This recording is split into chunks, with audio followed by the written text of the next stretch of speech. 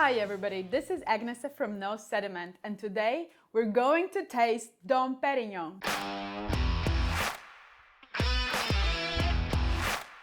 Dom Perignon is probably one of the best known champagnes out there, and despite the fact that it is produced in relatively large quantities, it always had the image of luxury and rarity. It is unique in a way that it not only represents the expensive lifestyle of fancy dinners at top restaurants, but is also part of clubbing and nightlife scene. This might be one of the reasons why Dom Perignon is drunk so young.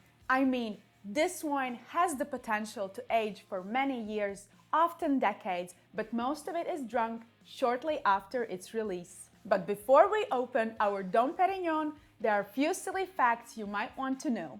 This famous champagne is named after monk Dom Perignon, who was widely believed to have invented the most famous sparkling wine in the world, champagne. While it is not true, he was a passionate winemaker and has been credited for many other inventions that directly increase wine's quality. Most champagnes are non-vintage, meaning they are made from a blend of different vintages. But not our Dom here. To my knowledge, it has always been and always will be a single vintage champagne.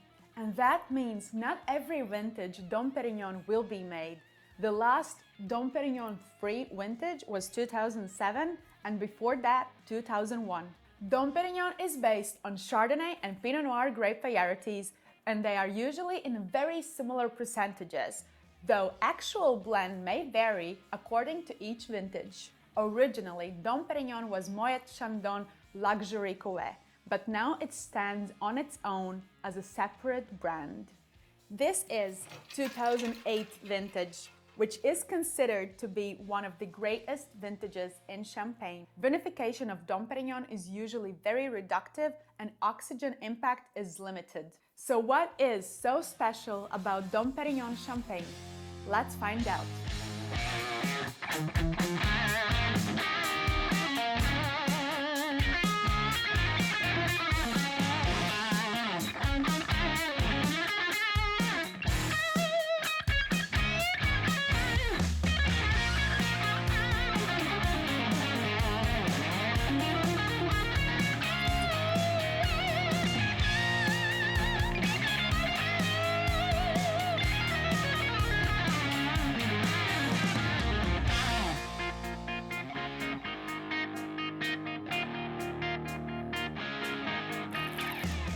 This wine is so fresh. To be honest, I opened it too young.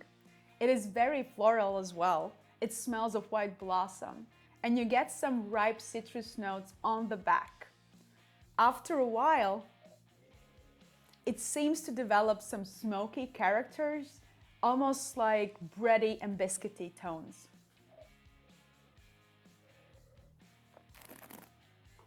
It is so fresh on the palate as well. I mean, the acidity, I keep swallowing my saliva. You can guess how high is the acidity. But it has this like very long aftertaste of preserved lemons, slightly floral as well. And you cannot see it here, but it has the tiniest bubbles, like very, very pearly. So, and if you ask me what is so special about Dom Perignon, I might say it is very pleasant to be drunk right now, but it is 13 years old. It's a 13-year-old wine, and it is still very fresh. For sure, it has potential for another 10, 20 years. So if you ask me what is so special about Dom Perignon, specifically this 2008 vintage, it's that you can drink it now, but you can also age it for another 20 years. That makes it special. I don't want to talk too much, but this is absolutely beautiful champagne, and it definitely has potential to age. And I don't know, have I told you ever, but champagne is one of the most beautiful drinks that you should never drink alone. So I will go and enjoy it with my husband. Thank you for watching this video. Many Dom Perignon bottles are open with sabrage. So if you want to learn how to do it, make sure to watch my other video on how to open bottle of champagne using sabrage. I will link it below.